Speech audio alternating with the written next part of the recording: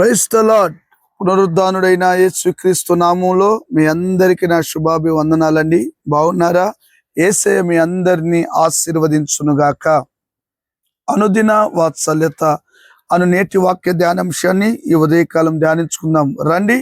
పరిశుద్ధ బైబిల్ గ్రంథములో నుంచి యెషయా ప్రవచన గ్రంథం 58వ అధ్యాయము 14వ వాక్య భాగంలో 2వ లైన్ నేను చదువుతాను. వీలైతే బైబిల్ తెరిచి వాక్యాన్ని గమనించండి. దేశము యొక్క ఉన్నత స్థలముల మీద నేను నిన్నెక్కించెదను. యేసయ్యకి మహిమ కలుగునుగాక. ప్రియమైన దేవుని బిడ్లారా, చదవబడిన ఈ వాక్య భాగాన్ని విన్నారు కదూ. దేశము యొక్క ఉన్నత స్థలములలో నేను నిన్ను ఎక్కించెదను. యేసయ్యకి మహిమ కలుగునుగాక. ఈ రోజున ఉన్నత శిఖరాల్లో దేవుడు నిన్నుంచాలని ఇష్టపడుతున్నాడు. ఉన్నత స్థాయిలో నిన్నెక్కించాలని దేవుడు ఇష్టపడుతున్నాడు. నీ ఆలోచన విధానం, నేను ఇక్కడ ఉంటే బాగుండు, నేను ఇక్కడే ఉంటే బాగుండు, ఈ పని చేసుకుంటే బాగుండు, ఈ వ్యాపారం చేసుకుంటే బాగుండు అని నువ్వు అనుకుంటున్నావు. కానీ దేవుని ఉద్దేశం ఏంటి తెలుసా? ఉన్నత యొక్క శిఖరాలను ఎక్కించాలని, ఉన్నత స్థలాల మీద దేవుడు నిన్ను ఎక్కించాలని ఉద్దేశిస్తున్నాడు. ఆ కిందంటాడు, యెహోవా సెలవిచ్చిన వాక్కు ఇదే. దేవుని వాక్కు ఏంటో తెలుసా? తన బిడ్డలు ఎప్పుడు సంతోషంగా ఉండాలని, తన బిడ్డలు ఉన్నత స్థాయిలో ఉండాలని, తన ప్రజలు ఎక్కడ ఉన్న గనులుగా ఉండాలని దేవుని ఉద్దేశం అండి. అయితే ఈరోజు చాలా మంది పరిస్థితి దరిద్రపు స్థితిగా మార్చబడింది. చాలా మంది స్థితి ఘోరమైన స్థితిగా మార్చబడింది. చాలా మంది స్థితి ఏమైందో తెలుసా? కేజీ బియ్యం కూడా లేని పరిస్థితి అయింది. ఎందుకు ఈ రోజున ఇన్ని శ్రమలు, కష్టాలు కుటుంబాల్లో తాండమాడుతున్నాయి? ఎప్పుడైనా నీ మధ్యలో ఆలోచన పుట్టిందా?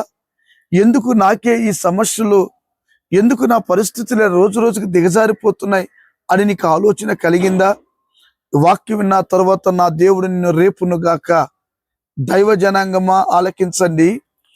దేవుడు నిన్ను హెచ్చించాలంటే, దేవుడు నిన్ను ఘనపరచాలంటే, దేవుడు మీ కుటుంబాన్ని ఉన్నత స్థితిలో శిఖరములో దేవుడు పెట్టాలంటే ఏం చేయాలో తెలుసా? అక్కడ 13వ వాక్యంలో అంటాడు, నా విశ్రాంతి దినమున వ్యాపారం చేయకుండా దేవుణ్ణి ఘనపరచడం నేర్చుకోవాలి. అమ్మా, ఈ రోజున ఒక ఆదివారం, అసలు ఎప్పుడు మనము ఆత్మలో ప్రార్థన చేస్తూ దేవుని గణపరచాలి. కనీసం సమాజంగా మనం ఒక ఆదివారం సమాజంగా కూడుకుంటూ ఉంటాం. ఆ ఆదివారం ఆరాధనకి వెళ్ళడానికి కూడా బద్ధకస్తులు అయిపోతున్నారు. ఎంత శాపం అండి ఇది! దేవుని మందిరానికి వెళ్ళకపోవడం. దైవ అనుగ్రహం వస్తుందా అండి? నీ వ్యాపారం మానవు, నీ ఉద్యోగాన్ని మానవు. దేవుని సన్నిధి, దేవుడు అనగానే చులకన, అదొక చిన్న చూపుగా మాట్లాడతావు. ఆదివారమే వెళ్ళాలా? నాయనా, ఆదివారమే వెళ్ళాల్సిన అవసరం లేదు. ప్రతిరోజు నీ కుదిరినప్పుడు దేవుని సన్నిధికి వెళ్ళి ప్రార్థన చేయొచ్చు. కానీ ఆదివారం ప్రపంచవ్యాప్తంగా, మరి ప్రాముఖ్యంగా మన భారతదేశంలో సెలవు. ఈ సెలవు దినాన ఖచ్చితంగా ఆదివారాలు ఆరాధనలు జరుగుతాయి. సమాజంగా కూడుకుంటారు, చుట్టూతో ఉన్న ప్రజలు వస్తారు. దైవదాసుడు ఆ రోజు ఒక ప్రత్యేకంగా సిద్ధపాటు కలిగి వర్తమానం ఇస్తాడు. దేవుడు నాతో ఏం మాట్లాడతాడో, దేవుడు నా గురించి ఏం చెప్పాలనుకున్నాడో. చక్కగా నువ్వు దేవుని సన్నిధికి వెళ్తే వాక్కు విడుదలవుతుంది. అతి జ్ఞానం, అతి తెలివితేటలు ఉపయోగించకూడదు. ఓ యవనస్తుడా, ఓ యవన బిడ్డ, ఓ కుటుంబ సభ్యులారా, తండ్రి నిన్నే దేవుడు ప్రేమించి మాట్లాడుతున్నాడు. ఉన్నత శిఖరములను దేవుడు ఎక్కించాలని ఉద్దేశించాడండి. నిన్ను వంటి ఎంతో పిచ్చి ప్రేమ దేవునికి, నీకు అర్థం కావట్లేదు. అయితే దేవుడు నిన్ను అంటున్నాడు, విశ్రాంతి దినాన వ్యాపారం చేయకుండా ఘనపరచు. ఆ మధ్య నేను కారులో వెళుతూ ఉన్నామండి మీటింగ్కి. ఎవరో ఒక వీడియో పంపిస్తే నేను చూశాను. ఆ వీడియోలో ఏముందో తెలుసా? ఆదివారము సెలవు, పెట్రోల్ బంకుకి ఆదివారం సెలవు. మరొక వ్యక్తి ఒక పోస్టర్ పంపిస్తే చూశాను.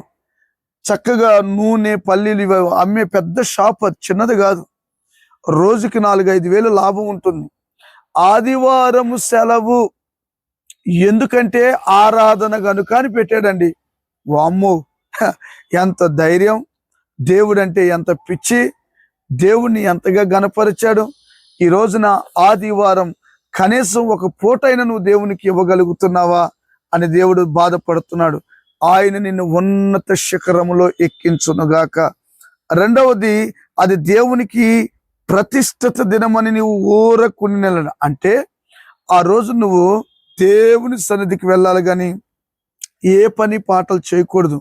ఒకవేళ ప్రాముఖ్యమైన పనులు ఉన్నా ఆరాధన ముగించుకొని వెళితే అది నీకెంతైనా ఆశీర్వాదమని ఒక సేవకునిగా ప్రేమతో ఈ విషయాలు తెలియపరుస్తున్నాను.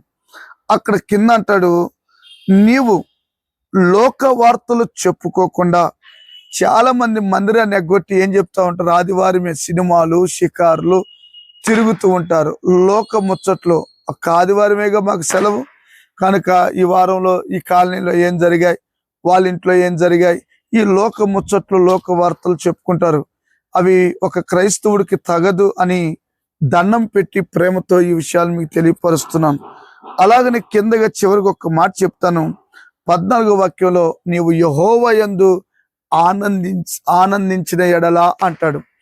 దేవుణ్ణి బట్టి నువ్వు ఆనందించగలిగితే, దేవుణ్ణి బట్టి నువ్వు ప్రభుని ఘనపరచగలిగితే నిశ్చయముగా నా దేవుడు ఉన్నతమైన శిఖరాలను ఎక్కించునుగాక. నాకు తెలిసిన ఒక కుటుంబం మలక్పేట సమీప ప్రాంతంలో ఉంటారు. ఆ తల్లిగారు యవ్వన ప్రాయంలోనే ఒక 3 పిల్లలు పుట్టి కాస్త తేరుకుంటున్న సమయాల్లోనే భర్త గారికి హార్ట్ స్ట్రోక్ వచ్చి చనిపోయాడు. చూడండి, ఆదివారం మందిరం మానదు, దేవునికి ఒక ప్రాధాన్యత, దేవుడంటే పిచ్చి ప్రేమ. ఎవరేమనుకున్నా నా దేవుడు నాకున్నాడు, నేను ఆరాధనకి వెళ్తాను, దేవుణ్ణి గణపరుస్తాను, ఎటువంటి పరిస్థితులు వచ్చినా నేను ఎక్కడికి వెళ్ళనని ఒక మొండిగా దేవుని కొరకు బ్రతికితే, చిన్న వయసులోనే ఆ పెద్ద కుమార్తెకి దేవుడు అమెరికా వెళ్ళడానికి దేవుడు సహాయం చేశాడు. ఆ వెళ్ళడం 15-20 సంవత్సరాలు అవుతుందండి. 1-2 సార్లు వచ్చినప్పుడు నేను చూశాను ఆ తల్లిగారిని.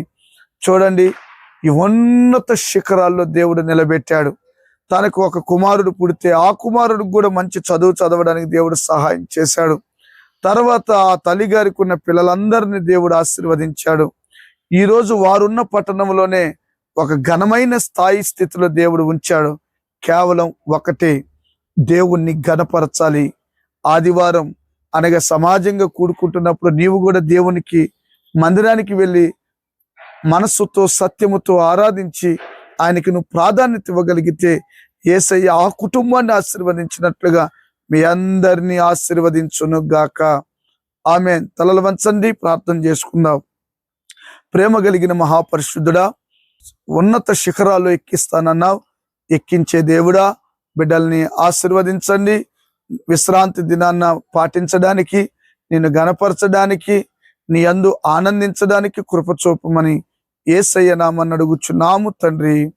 Amen. Thank you. God bless you. దేవుడు మీ అందరిని ఆశీర్వదించును గాక. గమనించండి, అనుదిన వాత్సల్యత ఈ కార్యక్రమాన్ని అనేకులకు షేర్ చేయండి. దేవుడు ఉన్నతమైన కృపతో నింపును గాక. ఆమెన్. Thank you.